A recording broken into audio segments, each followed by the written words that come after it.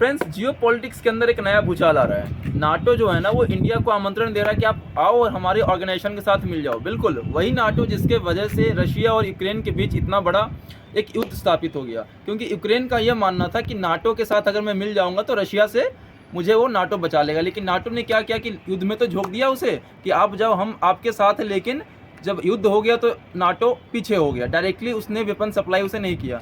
ये जो नाटो है ना, इसका जो फॉर्मेशन हुआ था वर्ल्ड वार 2 के बाद हुआ। देखो वर्ल्ड वार 2 में हुआ क्या था, तो दो बड़े देश थे जो पार्टी जीत गई थी, यूएसएसआर और उसमें यूएसए भी था। तो इन दोनों के बीच एक जंग हुई, एक प्रतिस्पर्धा हुई कि कौन सबसे बड़ा लीडर बन रहा है वर्ल्ड मार्केट के अंदर, सबसे बड़ा कौन। तो इस चीज़ को बताने के लिए जो यूएसए है उसने नाटो का फॉर्मेशन किया, जिसके अंदर जो यूरोपियन कंट्रीज थे वो आ गए, और जो यूएसएसआर है उसने WTO का फॉर्मेशन किया। बिल्कुल वर्ल्ड ट्रेड ऑर्गेनाइजेशन की बात मैं नहीं कर रहा हूँ, वार्सा ट्रीटी ऑर्गेनाइजेशन।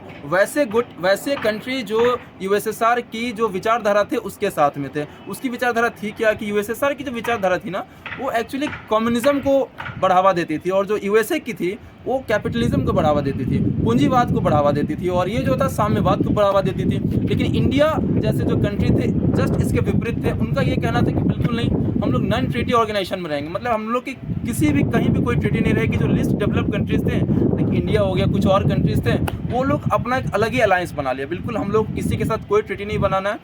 साथ ही साथ जो यूएसए है उसने नाटो को 1991 के बाद भी रखा, क्योंकि 1991 के बाद आपको मालूम होगा कि जो नाटो का जो सपना था कि यूएसएसआर को हमें तोड़ देना, बिल्कुल यूएसएसआर टूट गया।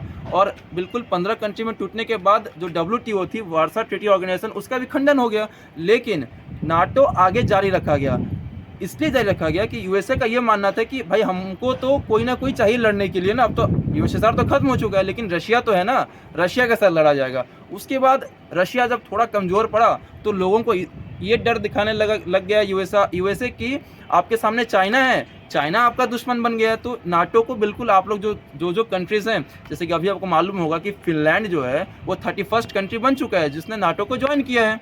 साथ ही साथ उसने जो अभी मीटिंग हुई थी उसमें जापान प्लस ऑस्ट्रेलिया को भी बुलाया गया था। देखो जो जापान और ऑस्ट्रेलिया है ना, वो जो क्वाड कंट्री उसके सदस्य हैं। क्वाड कंट्रीज़ में 4 कंट्रीज़ आते हैं, इंडिया, ऑस्ट्रेलिया, जापान और यूएसए। चाइना का तो ये मानना है कि जो इंडिया, जापान और जो भी क्वाड कंट्रीज़ के मेंबर्स है, ये एक्सटेंडेड नाटो है। बिल्कुल सही बात है। अभी स्पोक्स पर्सन से पूछा भी गया, जो नाटो के जो स्पोक्स पर्सन था, कि यार ये जो इंडिया है क्या वो भी ज्वाइन कर सकता है। तो बिल्कुल उन्होंने कहा कि बिल्कुल इंडिया का वेलकम किया जा रहा है। लेकिन मैं कहूँगा कि अगर इंडिया जा रहा है ना, इंडिया तो जाने वाला है नहीं। पहली बात, बिल्कुल इंडिया बात कर रहा था नाटो से, जनवरी के फर्स्ट वीक में बात हुई थी नाटो से, लेकिन उसका कोई भी इच्छा नहीं है कि वो जाके ज्वाइन कर ले। यार देखो, नाटो अगर ज्वाइन करता है ना इंडिया या फिर कोई भी कंट्री, उसकी समस्या ये है कि वो दूसरे कंट्रीज़ के साथ फिर वो ट्रेड कर नहीं सकता है। यूएसए का जो भी बोला जाएगा यूएसए की तरफ से उसको मानना पड़ेगा, सैंक्शंस झेलने पड़ेंगे उसको। अगर उसने बोल दिया कि रशिया के साथ उसको ट्रेड नहीं करना, तो वो ट्रेड नहीं करने जा रहा है। सेम टू सेम ये आप लोग ये बोल सकते हो, फिर नाटो के साथ क्यों जाना, चाइना से दोस्ती कर लो, क्योंकि हमारी जो प्रॉब्लम है मेन चाइना के साथ है। लेकिन अगर चाइना से इंडिया की दोस्ती हो गई ना, तो दिक्कत ये भी हो जाएगी कि चाइना का हमें हर गलत चीज़ को भी सही बोलना पड़ जाएगा। तो